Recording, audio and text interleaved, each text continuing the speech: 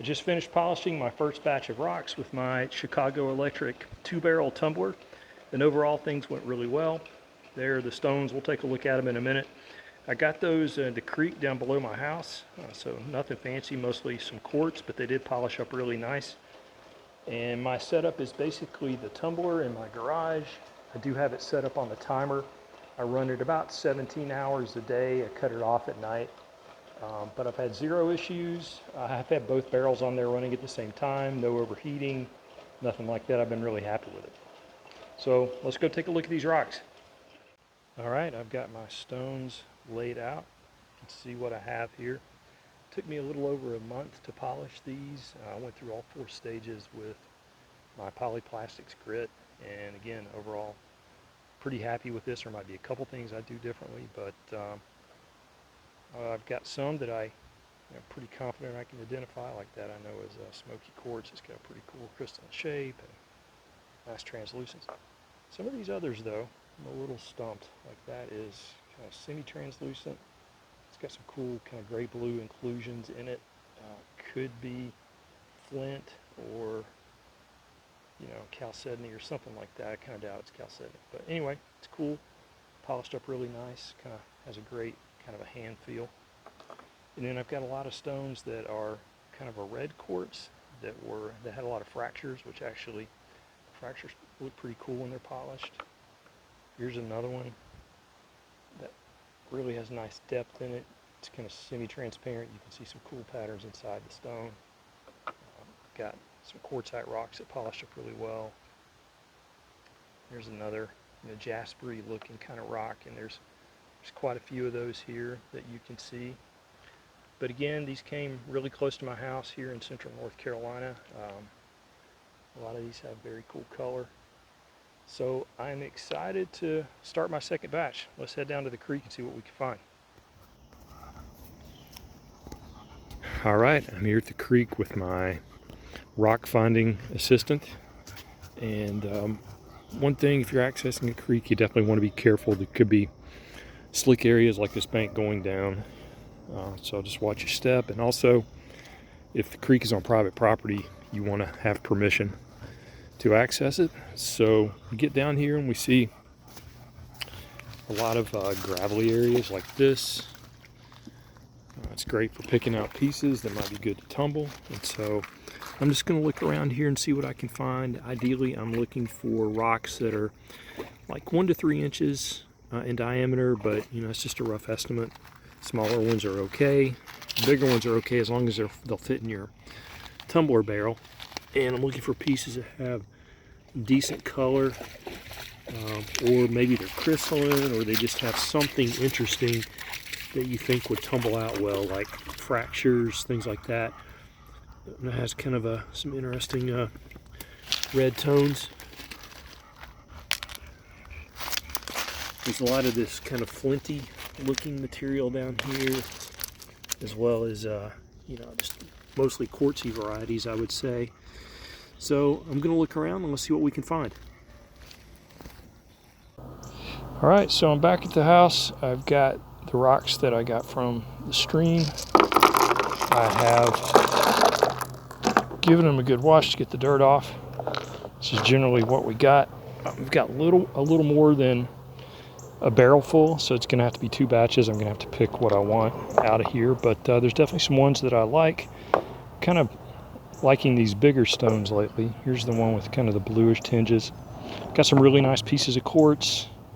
Those should polish up well with a nice translucence. Some of these are definitely have some good translucence quality, some good color. It's a really nice one. It's kind of a gemmy appearance, even though it's quartz. Some more of that flinty material that I keep happening upon. Some kind of bluish looking quartz. Again, more kind of quartzy round stuff. And again, some of these at least are partially smoothed already from coming out of the creek, so it should be good for tumble up a little faster. It's kind of interesting. It's got kind of a cloudiness to it. It's kind of a good looking kind of a bluey quartz there.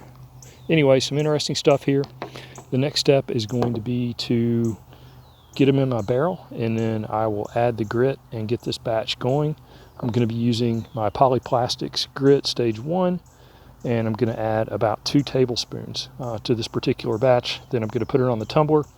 Probably going to let it go for 10 days to 2 weeks. I really want to get a lot of the material off these bigger stones and really give them a nice rounded appearance. So the instructions call for about a week, but I'm going to let it go longer. And I'm also doing that because I'm only letting my tumbler go for about 17 hours a day. So we'll get them going, and then we'll kind of compare the before and the after when I wash them out after stage 1 is done.